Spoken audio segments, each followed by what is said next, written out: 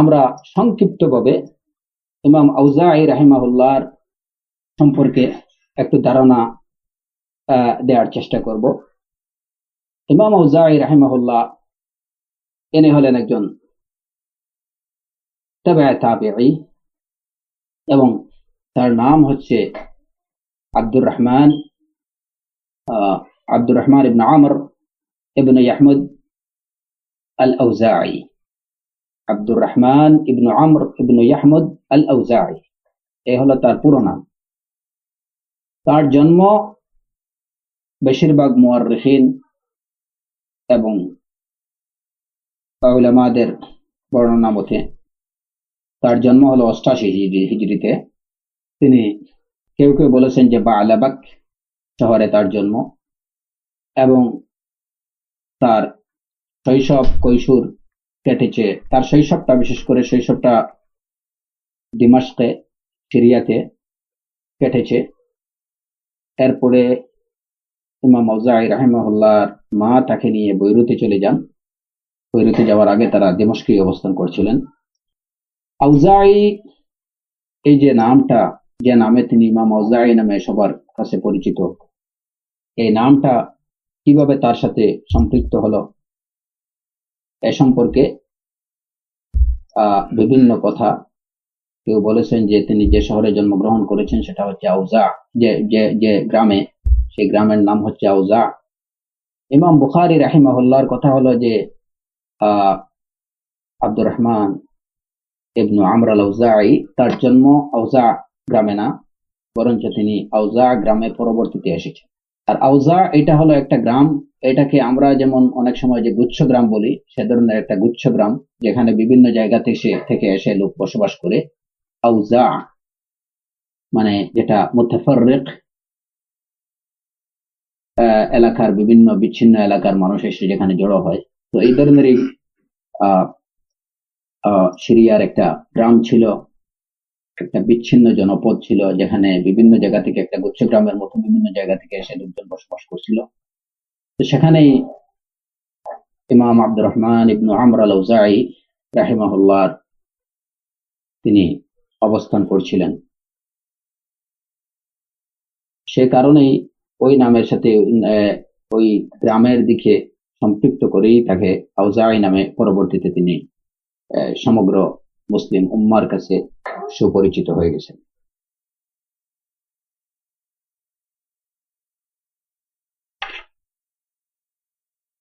তো ইমাম আউজাঈ রাহিমাহুল্লাহ ওনার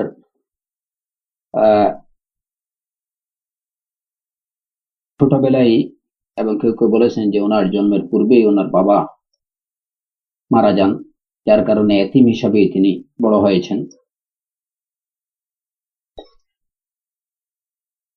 কিন্তু এতিম হিসাবে বড় হলে কি হবে? ইবনে কাসির রাহিমাহুল্লাহ বলেন যে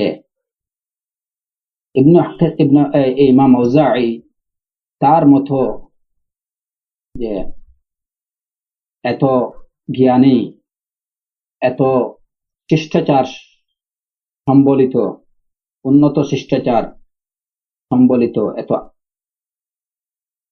এবং এত বেশি ধৈর্যশীল, সহ্যশীল, স্পষ্টভাষী, বীর সাহসী, আবিদ, জাহিদ, কোনো বাদশার, কোনো খলিফার, কোনো মন্ত্রীর, কোনো ব্যবসায়ীর, কোনো আলেমের ছেলে ছিলেন না। তার মতো এত বেশি ইলম, এত বেশি মানে জ্ঞানের অধিকারী, ইলমের অধিকারী, হিলমের অধিকারী, ফাসিহ, তারপরে সুজা আমি দেখিনি। ইবনে কাসির রাহিমাহুল্লাহ সুস্পষ্ট কথা যে লাম ইয়াকুন ফি আবনাইল মুলুকি ওয়াল খুলাফাই ওয়াল উযারাই ওয়াত তুজ্জারি ওয়াল উলামাই ওয়া গায়রিহিম আ'কালা মিনহু ওয়ালা আকথারা আদাবান ওয়ালা আওরা'a ওয়ালা আ'লামা ওয়ালা আফসাহা ওয়ালা আওখারা ওয়ালা আহলামা ওয়ালা আকথারা সামতাম মিনহু। তার থেকে বেশি জ্ঞানী কোনো মন্ত্রী মিনিস্টার, কোনো বাদশার ছেলে পেলে, কোনো ব্যবসায়ীর ছেলে পেলে ছিলেন না, যদিও তিনি কি করছেন, একদম এতিম হিসাবে খুব দুঃখে কষ্টে বড় হয়েছেন।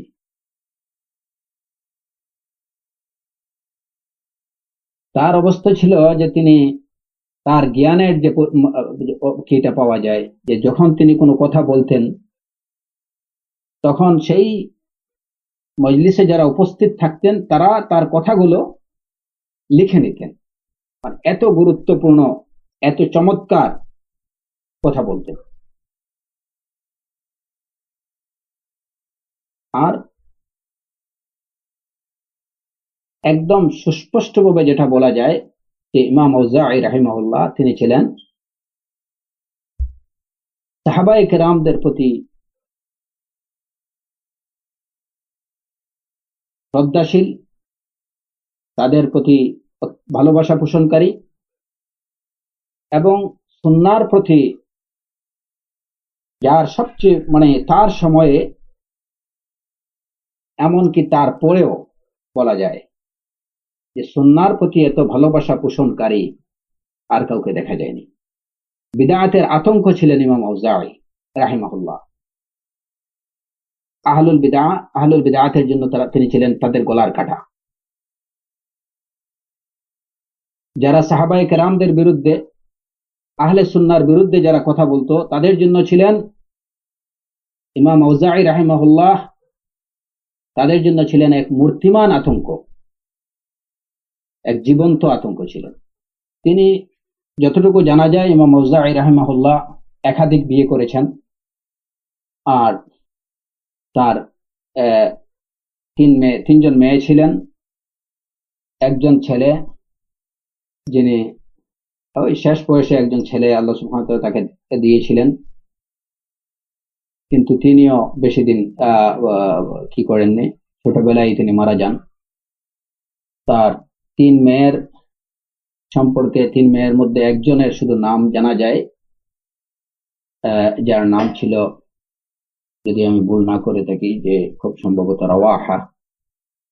আর ওই একজন মাত্র ছেলে ছিলেন যার জন্ম হয়েছিল 148 হিজরি কিংবা তারপরে, অর্থাৎ মানে তার অনেকটা শেষ বয়সেই, কিন্তু তিনি বেশি দিন জীবন লাভ করতে পারেননি। আল্লাহ সুবহানাহু ওয়া তাআলার ইচ্ছা যে ওই ছেলে ছোটবেলায় মৃত্যুবরণ করেন। তো ইমাম আউজাঈ রাহিমাহুল্লাহ, তার জন্ম যেটুকু আমরা জানলাম যে 88 হিজরিতে, আর তার মৃত্যু 69 বছর বয়স উনি লাভ করেছিলেন 157 হিজরিতে সফর মাসে তিনি মৃত্যুবরণ করেন। তার এই মৃত্যু ছিল আব্বাসী খলিফা আবু জাফর মনসুরের সময়কালে। ইমাম রাজি, ইবনে আসাকির, আহমদ ইবনে মারওয়ান, সুফিয়ান সাউরি, হাফিজ যাহাবি, এদের সবার মতে একটা কথা আছে তার মৃত্যু সম্পর্কে, যে তিনি যেদিন মারা যান সেদিন একজন লোক সুফিয়ান সাউরি রাহিমাহুল্লাহর কাছে এসে বলল যে, হে আবু আব্দুল্লাহ, আমি স্বপ্নে দেখলাম যে সিরিয়ার একটা ফুল ঝরে পড়েছে। তো এই কথা শোনার সাথে সাথে সুফিয়ান সাউরি রাহিমাহুল্লাহ বললেন যে যদি তুমি সত্যি দেখে থাকো, ফাকাদ মাতাল আউজাঈ, ফাকাদ মাতাল আউজাঈ, যদি তুমি সত্যিই স্বপ্ন দেখে থাকো তাহলে হয়তো ইমাম আউজাঈ মারা গেছেন। ইতিমধ্যে আরেকজন লোক সুফিয়ান সাউরির কাছে এসে বললেন যে হ্যাঁ, আযম আল্লাহু আজরাক ফি আখিকা আল-আউজাঈ ফাকাদ মাত, আপনি যে কথা বলছেন এটা ঠিকই, আপনার ভাই আউজাঈ মারা গেছেন। তো এই যে অনেক কি দেখলেন স্বপ্নে, কান্না রায়হানাতুন ক্বালাআত মিনাশ শাম, রায়হানা। আর প্রকৃত অর্থেই ইমাম আউজাঈ রাহিমাহুল্লাহ তিনি ছিলেন রায়হান, অত্যন্ত সুগন্ধি ফুল ছিলেন। সর্বক্ষেত্রে ইলম, ফিকহ, হাদিস, ইবাদা, জুহুদ, আল জিহাদ ফি সাবিলিল্লাহ, কথা দ্বারা, কাজের দ্বারা আল্লাহর পথে জিহাদ, এই সব বিষয়ে ইমাম আউজাঈ রাহিমাহুল্লাহ ছিলেন একটা অত্যন্ত সুগন্ধি ফুল। তার সময়ের কিংবা তার পরবর্তীতে তার মতো আর কাউকে পাওয়া যায় না। ইমাম আউজাঈ রাহিমাহুল্লাহ একাধারে তিনি ছিলেন মুহাদ্দিস, একাধারে তিনি ছিলেন ফাকিহ, মুজাহিদ, মুরাবিদ ফি সাবিলিল্লাহ, আবিদ, জাহিদ, অর্থাৎ একজন মুসলিমের মধ্যে যত ধরনের গুণ থাকা চাই সে সবগুলো গুণের সমন্বয় ছিল, সমন্বিত রূপ ছিল ইমাম আউজাঈ রাহিমাহুল্লাহর মধ্যে। এর প্রায় সবগুলোই ছিল ইমাম আউজাঈ রাহিমাহুল্লাহর মধ্যে। তার ইমাম আউজাঈ রাহিমাহুল্লাহ তার সম্পর্কে আব্বাস ইবনুল ওয়ালিদ আল বাইরুতি রাহিমাহুল্লাহ তিনি বলেন যে তিনি ছিলেন একটু মিডিয়াম সাইজ থেকে একটু একটু লম্বা, অর্থাৎ মধ্যম থেকে একটু লম্বা, খানিকটা লম্বা, খুব লম্বা না, কিন্তু মধ্যম থেকে একটু লম্বা। এবং তার দাড়ি ছিল খুব পাতলা পাতলা দাড়ি। তিনি দাড়িতে মেহেদি দিতেন যখন এগুলা সাদা হয়ে গেছিল। আর যেটা আমরা আগেই বলেছি যে তিনি একাধিক বিয়ে করেছিলেন, আর এই বিষয়টা জানা যায় তার কথা থেকে। ইমাম আউজাঈ রাহিমাহুল্লাহ তিনি নিজেই বলেছেন, ফারাকাত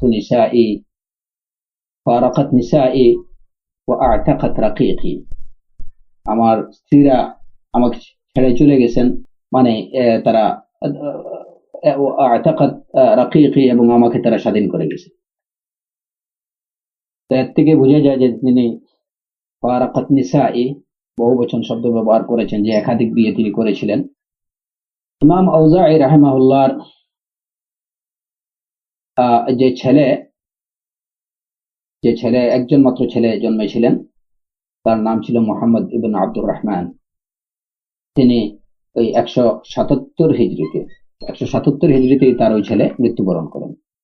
ইমাম আউজাঈ রাহিমাহুল্লাহ সম্পর্কে ইমাম শাফিঈ রাহিমাহুল্লাহ বলেছেন যে হাদিসের সাথে ফিকহের মিল দিতে ইমাম আউজাঈর মতো অন্য কাউকে আমি দেখিনি। অর্থাৎ তিনি যে কোনো ফতোয়া দিতেন কিংবা যে কোনো মাসাইলের ব্যাপারে হাদিসকে উপস্থাপন করতেন। অর্থাৎ হাদিসে রাসূল সাল্লাল্লাহু আলাইহি ওয়াসাল্লামের সাথে সামঞ্জস্য রেখেই তিনি ফিকহ কিংবা ফতোয়া প্রদান করতেন।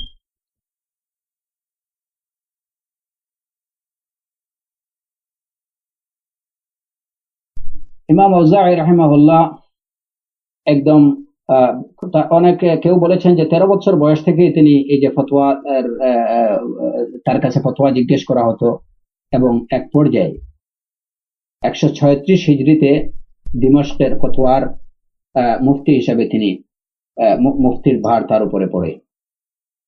তো ছোট বয়স থেকেই তিনি তালিম, ইলমের কাজে, দ্বীনের খেদমতের কাজে নিজেকে নিবেদিত রাখেন, জ্ঞান অর্জনে, এবং জুহুদ, ওয়ারা, তাকওয়া এইগুলা ছিল তার ছোটবেলা থেকে এইগুলার অনুশীলন। কিন্তু যখন তার উপরে এই যে ফতোয়ার ভার যখন পড়ে, খুব বেশি দিন তিনি এই দায়িত্ব নেননি। এই দায়িত্ব ছেড়ে তিনি বৈরুত চলে যান, কারণ তার বেশি আগ্রহ ছিল তালিম এবং তাআল্লুমের প্রতি। ফতোয়াকে গভীরভাবে, মাসাইলে ফিকহিয়া সম্পর্কে গভীর চিন্তা ভাবনা বা চর্চা করা, কোরআন এবং সুন্নাহ ভিত্তিতে মাসআলাগুলো আলোচনা করা, এই বিষয়ই ছিল তার বেশি আগ্রহ। তো তিনি তার জীবনে সেগুলা তারিখের কিতাবের মধ্যে, যেমন সিয়ারু আলামিন নুবালা, হুলিয়াতুল আউলিয়া, তারপরে আপনার বিদায়া নিহায়া, এই সমস্ত গ্রন্থে দেখা যায়, গ্রন্থ থেকে জানা যায় যে ইমাম আউজাঈ রাহিমাহুল্লাহ প্রায় বিভিন্ন বিষয়ে, প্রায় 70,000 বিষয়ে, 70,000 মাসআলার বিষয়ে তিনি ফতোয়া দিয়েছেন। এটা এই যে একজন মানুষের জীবনে 70,000 মাসআলা ফতোয়া প্রদান করা, এটা মানে একটা তুচ্ছ, একটা সাধারণ বিষয় না। তার ইলম সম্পর্কে হাফিজ আবু নাঈম হুলিয়াতুল আউলিয়ার মধ্যে তিনি বলেছেন যে, আমরা একদম ছোট্টভাবে, যেমন ইবনু কাসির রাহিমাহুল্লাহ তার সম্পর্কে যে কথাটা বলেছেন, হুবহু ওই কথাটা আমি আপনাদেরকে বলেছি। এখানে আমি আবু নাঈম ইমাম আউজাঈ সম্পর্কে কি বলেছেন তার তার ভাষায় আমি বলি যে, তিনি বলেছেন, হুয়াল ইলমুল মানশুর ওয়াল হুকমুল মাশহুর আল ইমামুল মুবাজ্জাল আল মিকদামুল মুফাদ্দাল আব্দুর রহমান ইবনে আমর আল আউজাঈ রাদিয়াল্লাহু আনহু كان واحد زمانه وإمام عصره وآوانه كان ممن لا يخاف في الله لومة لائم مقوالا بالحق لا يخاف ستوة العزائم لا يخاف ستوة العزائم وكان متواضعا سريع الرجوع إلى الحق আবু নাঈমের কথা এই পর্যন্ত শেষ, যে হুয়াল ইলমুল মানশুর ওয়াল হুকমুল মাশহুর আল ইমামুল মুবাজ্জাল ওয়াল মিকদামুল মুফাদ্দাল আব্দুর রহমান ইবনে আমর আল আউজাঈ রাদিয়াল্লাহু আনহু كان واحد زمانه وإمام عصره وأوانه كان ممن لا يخاف في الله لومة لائم مقوالا بالحق لا يخاف ستوة العزائم। এই পর্যন্ত হলো আবু নাঈমের রাহিমাহুল্লাহর কথা ইমাম আউজাঈ সম্পর্কে, যে তিনি ছিলেন বিস্তৃত এক জ্ঞানের ভান্ডার এবং সুপ্রসিদ্ধ হুকুম বলতে, এখানে ফতোয়ার হুকুম বলতে মানে যিনি ফতোয়া প্রদান করতেন, বল হুকমুল মাশহুর, সুপ্রসিদ্ধ ফতোয়া প্রদানকারী ইমামে মুবাজ্জাল আব্দুর রহমান ইবনে আমর আল আউজাঈ, যে তার সময়কার তার সময় তিনি ছিলেন একক ইমাম আসরিহি ও আওয়ানিহি, তার সময়ের ইমাম, যে এমন ইমাম যিনি আল্লাহর পথে কাউকে কোনো নিন্দাকে ভয় করতেন না, সত্য বলতেন। এই ক্ষেত্রে কোনো কারো যে অত্যাচার কিংবা কারো ভয়ভীতির কোনো আশঙ্কা, তিনি ভয়ভীতিকে মানে ভয় পেতেন না, পরোয়া করতেন না। এই হলো তার সম্পর্কে আবু নাঈম রাহিমাহুল্লাহর কথা। আর এই ইমাম আউজাঈ রাহিমাহুল্লাহ তিনি এই যে মানে 88 হিজরি থেকে 157 হিজরি পর্যন্ত এই সময় দেখা যায় যে দুইটা বিশেষ রাজনৈতিক যুগে তিনি দুইটা রাজনৈতিক যুগকে তিনি পেয়েছেন। একটা হলো উমাইয়া খিলাফা আর একটা হচ্ছে আব্বাসী খিলাফা, দুইটা খিলাফতকে তিনি পেয়েছেন। তার জন্ম যখন হয় তখন ছিল খেলাফতুল ওয়ালিদ ইবনে আব্দুল মালিক।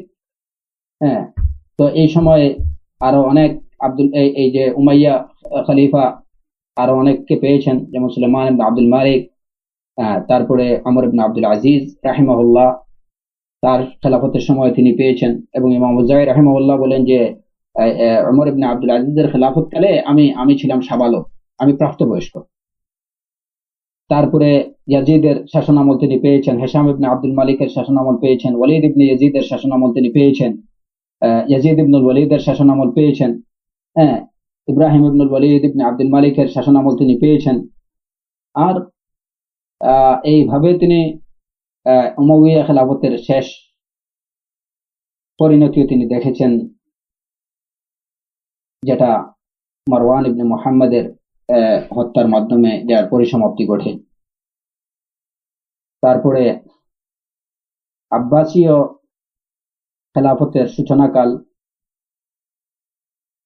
এটাও তিনি পেয়েছেন।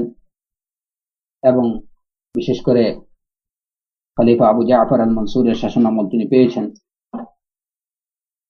এই যে সময়টা, এই সময়টা ছিল আসলে একদিকে ইলম চর্চার সময়,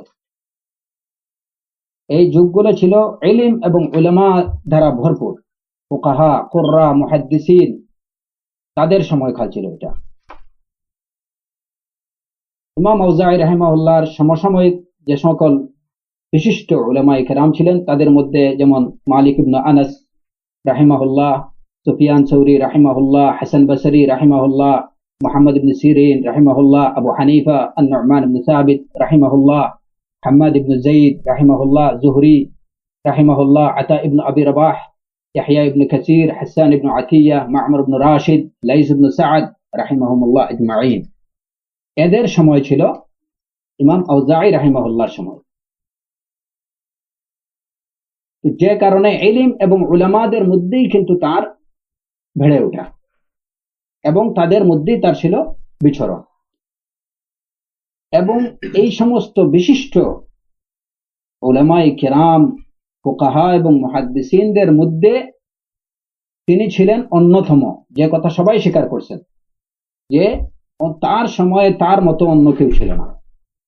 সব দিক থেকে, ইলমের দিক থেকে, আমলের দিক থেকে, জুহুদ, ইবাদা, তাকওয়া, শুজাআ, হ্যাঁ, সবকিছুর সব দিক থেকে তিনি ছিলেন তার সময়ে অনন্য। তার মতো কিংবা তার সমমানের অন্য কেউ ছিলেন না। নাঈম ইবনে হাম্মাদ থেকে একটা বর্ণনা আছে, তিনি ইবনুল মুবারক রাহিমাহুল্লাহ থেকে বর্ণনা করেছেন যে আমাকে ইবনুল মুবারক রাহিমাহুল্লাহ বলেছেন যে যদি আমাকে বলা হতো যে ইখতার লিহাদিহিল উম্মাহ লাখতারতু সুফিয়ান আস-সাওরি ওয়াল আউজাঈ, আমাকে যদি বলা হতো যে এই উম্মতের জন্য তুমি কাউকে পছন্দ করো, তাহলে আমি সুফিয়ান সৌরি এবং আউজাঈকে পছন্দ করতাম। আর যদি আমাকে বলা হতো ইখতার আহাদুহুমা, ইখতার আহাদাহুমা, তাদের দুজন থেকে একজনকে পছন্দ করো, তাহলে আমি লাখতারতুল আউজাঈ, আমি আউজাঈকে পছন্দ করতাম। কেন? এর কারণ ইবনুল মুবারক রাহিমাহুল্লাহ নিজেই বলে দিচ্ছেন কেন আমি তাকে পছন্দ করতাম। লিআন্নাহু আরফাকুর রাজুলাইন, কারণ তিনি ছিলেন এই দুইজনের মধ্যে অন্তরের দিক থেকে নরম দিলের অধিকারী, অত্যন্ত বিনম্র লোক ছিলেন ইমাম আউজাঈ রাহিমাহুল্লাহ।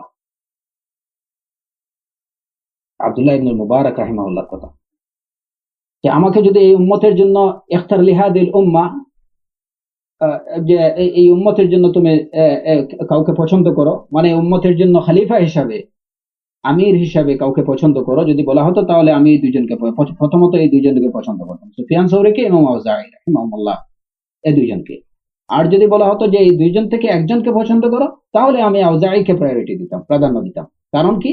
যে ইমাম আউজাঈ রাহিমাহুল্লাহ তিনি ছিলেন অত্যন্ত বিনম্র লোক, নরম স্বভাবের লোক, তিনি ছিলেন আম জনতার লোক, সবাই তাকে ভালোবাসত। ইমাম আউজাঈ রাহিমাহুল্লাহ তখনকার সময়ে গভর্নর বা শাসক যারা ছিলেন তাদের থেকেও অনেক বেশি তার প্রভাব ছিল জনগণের উপরে। লোকজন তাকে এত বেশি সমীহ, এত বেশি ভালোবাসত যে যে ভালোবাসা অন্যান্য খলিফা বা শাসকবৃন্দ যে শ্রদ্ধা বা যে ভালোবাসা অর্জন করতে পারেনি, সাধারণ জনতা তাকে এত বেশি শ্রদ্ধা এবং সমীহ করত।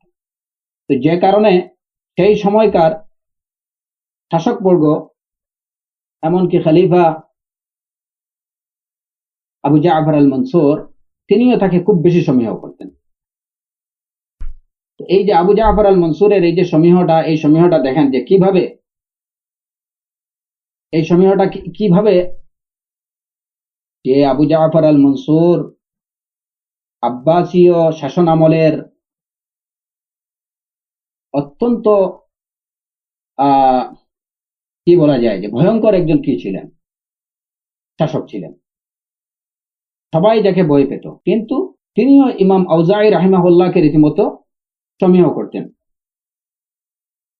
আর এই যে শ্রদ্ধা, এই ভালোবাসা তার প্রতি জন্মেছিল কি থেকে? দাওয়াতের মাধ্যমে। ইমাম আউজাঈ রাহিমাহুল্লাহ নিঃসংকোচ ভাবে, অত্যন্ত দৃঢ়তার সাথে তিনি তাকে নাসিহা দিয়েছিলেন। শাসককে সত্য কথা বলতে তিনি ভয় পাননি, কিন্তু সেটা তিনি যে একেবারে ওপেনলি করেছেন তা না। ব্যক্তিগতভাবে তিনি খলিফা আবু জাফর আল মনসুরকে তিনি নসিহত দিয়েছেন। তার মনে কোনো ধরনের সংকোচ ছিল না, তার মনের মধ্যে কোনো রাজনৈতিক উদ্দেশ্য ছিল না, তার মনের মধ্যে যে খলিফার কাছে নিজের একটা অবস্থান গড়ে তোলা, এই ধরনের কোনো দুনিয়াবী মনোভাব কিছুই ছিল না। ছিল একমাত্র ইখলাস, একমাত্র আল্লাহ সুবহানাহু ওয়া তাআলার সন্তুষ্টির অর্জনের জন্যই তিনি তার এই দাওয়াত ছিল। যে কারণে তার এই দাওয়াতের প্রভাব পড়েছিল ওই খলিফার উপরে, আর তাই আবু জাফর মনসুর তাকে খুব বেশি সমীহ করতেন। অন্যান্য শাসকরাও তাকে সমীহ করত। এই কথাগুলো বলার আরেকটা উদ্দেশ্য হলো যে আমাদের ইজ্জা, আমাদের আমাদের সম্মান, আমাদের সফলতা, এই সব কিছুই নির্ভর করে দাওয়াতের উপরে। কুনতুম খায়রা উম্মাহ উখরিজাত লিন-নাস তা'মুরুনা বিল মা'রুফ ওয়া তানহাউনা আনিল মুনকার।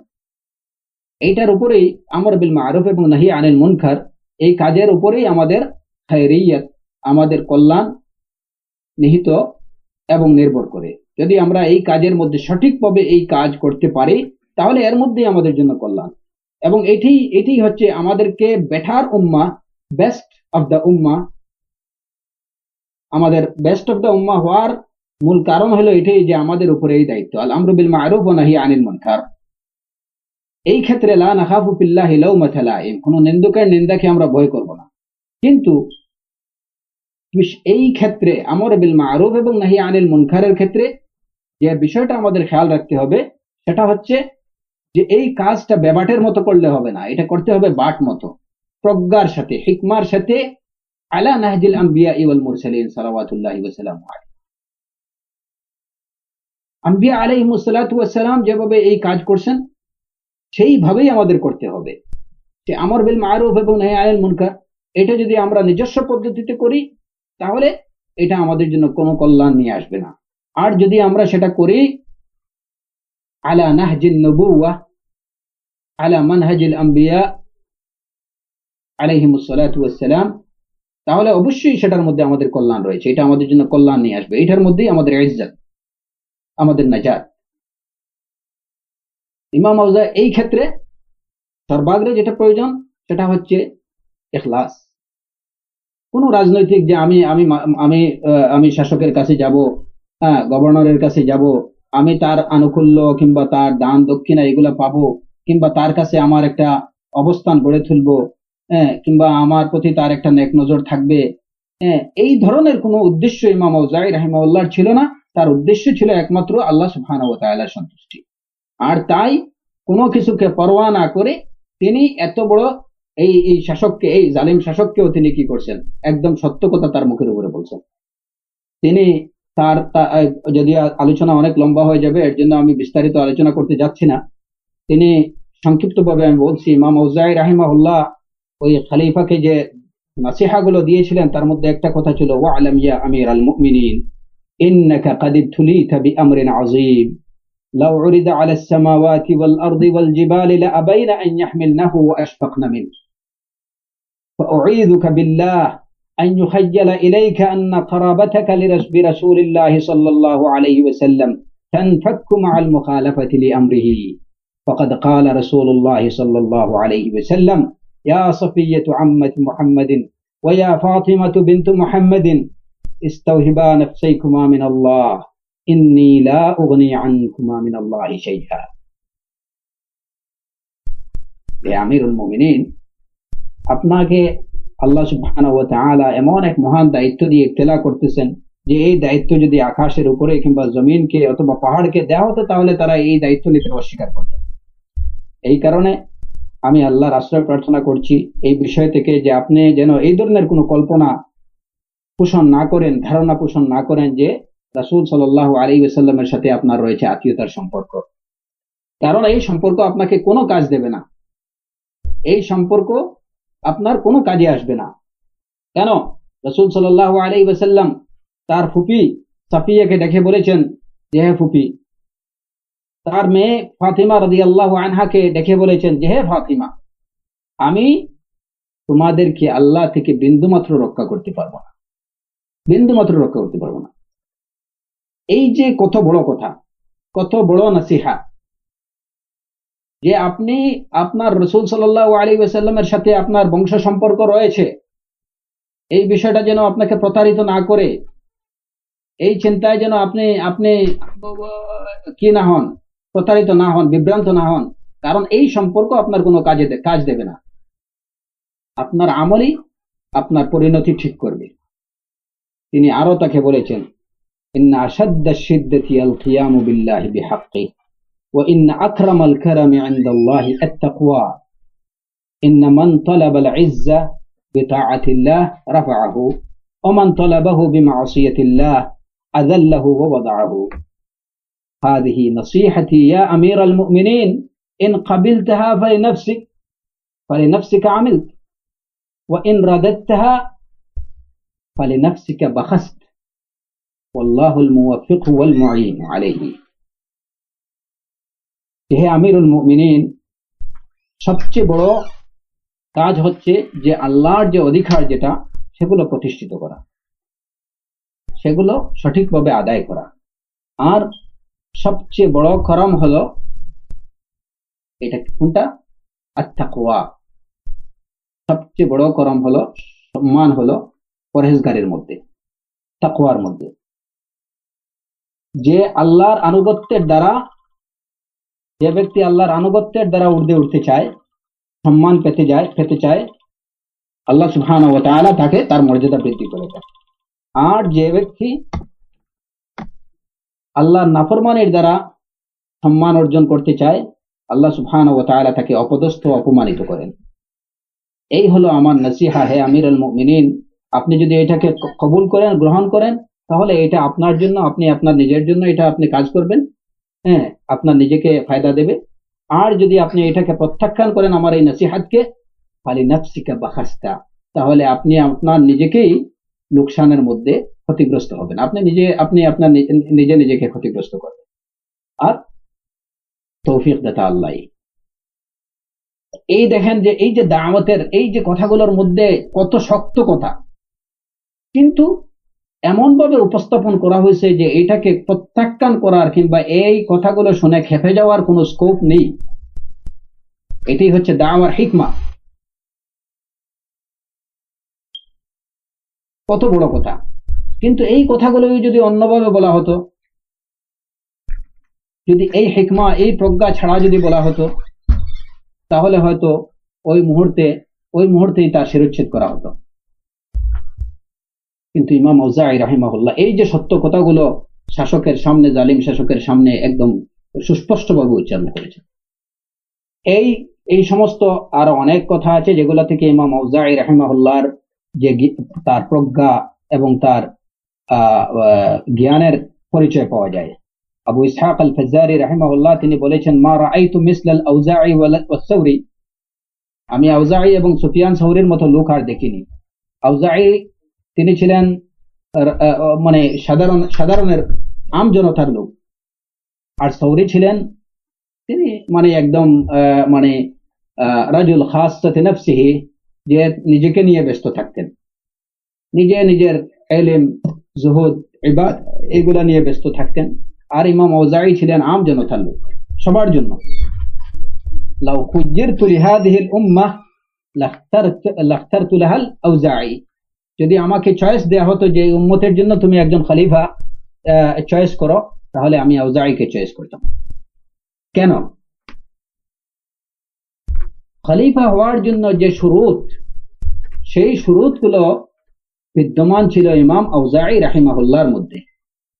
খলিফা হওয়ার জন্য যে শুরুত, যে শর্তগুলো আছে, সেই শর্তগুলো ইমাম আউজাঈ রাহিমাহুল্লাহর মধ্যে বিদ্যমান ছিল, যেগুলো তার সমসাময়িক খলিফা হওয়ার শর্তগুলো তার সমসাময়িক অন্যদের মধ্যে পরিপূর্ণরূপে ছিল না, তাদের থেকে বেশি ছিল ইমাম আউজাঈর মধ্যে।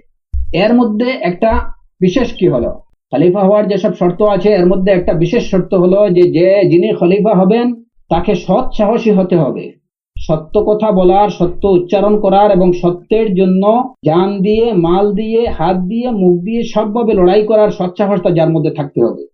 আর এই গুণগুলো ছিল ইমাম আউজাঈ রাহিমাহুল্লাহর মধ্যে। খলিফা হওয়ার মধ্যে যেসব শর্ত, এর মধ্যে অন্যতম শর্ত হলো ইলম। ইমাম আউজাঈ রাহিমাহুল্লাহর মধ্যে ছিল সেই ইলম।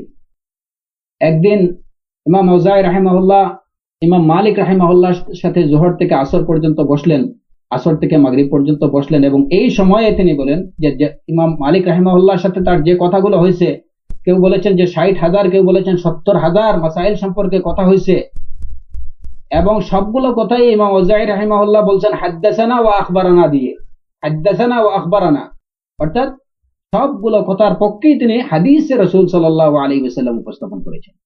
আর এই কারণেই এই যে ইমাম শাফিঈ রাহিমাহুল্লাহ তিনি যথার্থই বলেছেন যে আমি হাদিসের সাথে ফিকহের সামঞ্জস্যকারী বা ফিকহের সাথে হাদিসের সামঞ্জস্যকারী ইমাম আউজাঈ থেকে বড় আর কাউকে দেখি।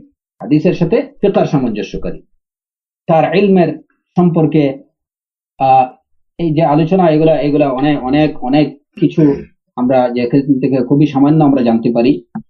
হ্যাঁ, তার সময়কার যারা আছেন উলামা ইকরাম সবাই স্বীকৃতি দিয়েছেন যে ইলমের দিক থেকে, জুহুদের দিক থেকে, তাকওয়ার দিক থেকে, সব দিক থেকে ইমাম আউজাঈ রাহিমাহুল্লাহ ছিলেন সেরা এবং অনন্য। তার যে ইবাদা বা খুশু শুধু ইলমের দিক থেকেই হলে চলবে না, তাকওয়া থাকতে হবে, খুশু থাকতে হবে, জুহুদ থাকতে হবে। আর এগুলাও কিন্তু খলিফা হওয়ার জন্য শর্ত। আমরা তো এখন শুধুমাত্র এই যে ইসলামিক স্টেট করে নেবেন, খলিফা হয়ে যাবেন, ফুলান আমির, তাকে বায়াত দাও, বায়াত নিচ্ছেন, কিন্তু আমির কিংবা খলিফা হওয়ার জন্য যে শুরুত সেগুলো আছে কিনা প্রথমত দেখতে হবে যে এটার কোনো প্রেক্ষাপট, একজন একজন যেখানে বাই হুক হোক অথবা বাই ক্রুক হোক, আল্লাহ সুবহানাহু ওয়া তাআলা আমাদের উপরে যে কেউ একজনকে চাপাই দিয়েছেন, সে হয়তো যেভাবেই হয়, আমাদের ইচ্ছায় হোক কিংবা অনিচ্ছায় হোক, একজন খলিফা হয়ে গেছে বা একজন শাসক হয়ে গেছে। আসলে খলিফা তো নয়, শাসক হয়ে গেছে। এই অবস্থায় যদি আমি আমার নিজেকে আমির হিসাবে দাবি করি, আমি যদি মুসলমানদের থেকে বায়াত নেই, এটা কোন সুন্নাহ, এটা কোন হাদিসের মধ্যে আছে, এটা কার মানহাজ? তারপরে আমাকে দেখতে হবে যে এই যে আমির হওয়ার, মুসলমানদের দায়িত্ব নেয়ার মতো যোগ্যতা আমার মধ্যে আছে কিনা। কোথায়? সুফিয়ান সাউরি রাহিমাহুল্লাহ, মালিক ইবনে আনাস রাহিমাহুল্লাহ, মা'মার বিন রাশিদ রাহিমাহুল্লাহ, ওনারা কোথায়? তাদের বিদ্যমানে তারা যে সময় বিদ্যমান ছিলেন, তখনও কিন্তু এই যে আমরা আলোচনা করলাম যে সুফিয়ান সাউরি এবং আউজাঈ, এদের দুইজনের মধ্যেও যদি কাউকে খলিফা হিসাবে যদি চয়েস করার অপশন থাকতো, তাহলে দেখা যেত যে ইমাম আউজাঈকেই চয়েস করতেছে। কেন? খলিফা হওয়ার যে শর্তগুলা, যে গুণাবলীগুলো, সেই গুণাবলীগুলো ছিল তার মধ্যেই। এখন আমাদের মধ্যে কারো মধ্যে এসব গুণাবলী তার 100 ভাগের 1 ভাগ আছে কিনা, এরপরেও যদি কেউ নিজেকে আমির বলে দাবি করে মুসলমানদের বায়াত নেয়, কিংবা মুসলমানরা যদি তাকে বায়াত দেয়, এটা এটা এটা এটা কি সুন্নাহসম্মত? অবশ্যই না। কারণ ইমাম আউজাঈ রাহিমাহুল্লাহ তার সাধারণ জনগণের মধ্যে তার যে গ্রহণযোগ্যতা ছিল, তিনি চাইলে তখন কিন্তু কি হতে পারতেন? খলিফা হতে পারতেন। এবং খলিফারা, তখনকার খলিফা তাকেই একমাত্র প্রতিপক্ষ ভাবত, যে যদি ইমাম আউজাঈ চায় ক্ষমতা দখল করতে, তাহলে এটা তার দ্বারাই সম্ভব, কারণ মানুষের কাছে, আম জনসাধারণের কাছে তার গ্রহণযোগ্যতা ছিল এই পরিমাণ। কিন্তু ইমাম আউজাঈ রাহিমাহুল্লাহ এত সত্ত্বেও কিন্তু তিনি নিজেকে খলিফা হিসাবে আবিষ্কার করার, প্রকাশ করার, শাসক হিসাবে প্রকাশ করার এই চিন্তা ভাবনা তার মনের মধ্যে আসেনি। তিনি যে কাজটুকু করে গেছেন সেটা হচ্ছে শাসক বৃন্দদেরকে তিনি নাসিহা দিয়ে গেছেন, তাদের মুখের সামনে সত্য উচ্চারণ করেছেন সুস্পষ্টভাবে। এতে তিনি কাউকে, আল্লাহ ব্যতীত কাউকে ভয় করেননি। নতুবা এই যে তার সময় হাসান বসরি, মুহাম্মদ ইবনে সিরিন, ইমাম জুহরি, আতা ইবনে আবি রাবাহ, এই যে প্রমুখ তাবেঈনগণ ছিলেন, সেই সময়ে ইমাম আবু হানিফা রাহিমাহুল্লাহ তিনিও ছিলেন। তারা কেউ কিন্তু এই যে নিজেকে খলিফা কিংবা নিজেকে গভর্নর বা শাসক হিসাবে গ্রহণ করার জন্য সাধারণ জনগণকে আহ্বান করেননি, তাদের থেকে তারা বায়াত নেননি। কিন্তু আজকে দেখা যায় যে কোরআন এবং সুন্নাহর নামে, কোরআন এবং সুন্নাহ অনুসরণের নামে, দিন প্রতিষ্ঠার নামে এইসব কাজ করা হচ্ছে। এটা কি দিন? যদি এটা দিন হতো তাহলে তো তারা সেটা করতেন। যে ইমাম আউজাঈ রাহিমাহুল্লাহ বললেন আলাইকা বিআসারিম মিন সালাফ ওয়া ইন রাফাদাকা আন-নাস ওয়া ইয়াকা ওয়া আরা আর-রিজাল ওয়া ইন যাখরাফুহু লাকা বিল কওল। যে ইমাম আউজাঈ বললেন আলাইকা বিআসারিম মিন সালাফ, যদি এটা সালাফদের আসার হতো, তাদের পদাঙ্ক হতো, তাদের অনুসৃত পথ হতো সালাফে সালেহিনের, তাহলে অবশ্যই ইমাম আউজাঈ রাহিমাহুল্লাহ কিংবা তার সময়কার অন্যান্য যে সমস্ত কিবার আতিবা তাবেঈন যারা ছিলেন তারা এই ধরনের কিছু করতেন। তারা এরূপ কিছু করেননি। আপনি বা আমি যদি এরূপ কিছু করার দাবি করি, তাহলে কি এটা সালাফে সালেহিনদের আসার অনুসরণ করা সুন্নাহকে আত-তামাসসুক বিস-সুন্নাহ হবে? যদি বলি যে হ্যাঁ এটা সুন্নাহ, তাহলে বুঝতে হবে যে সালাফরা এটুকু বুঝেননি। ইমাম আউজাঈ, সুফিয়ান সৌরি, হাসান বসরি, মুহাম্মদ ইবনে সিরিন রিদওয়ানুল্লাহি আলাইহিম আজমাইন, তারা এটা বুঝেননি, যে কারণে তারা ওই সময় বয়ান আনেননি। আমরা তাদের থেকে বেশি বুঝতে পেরেছি।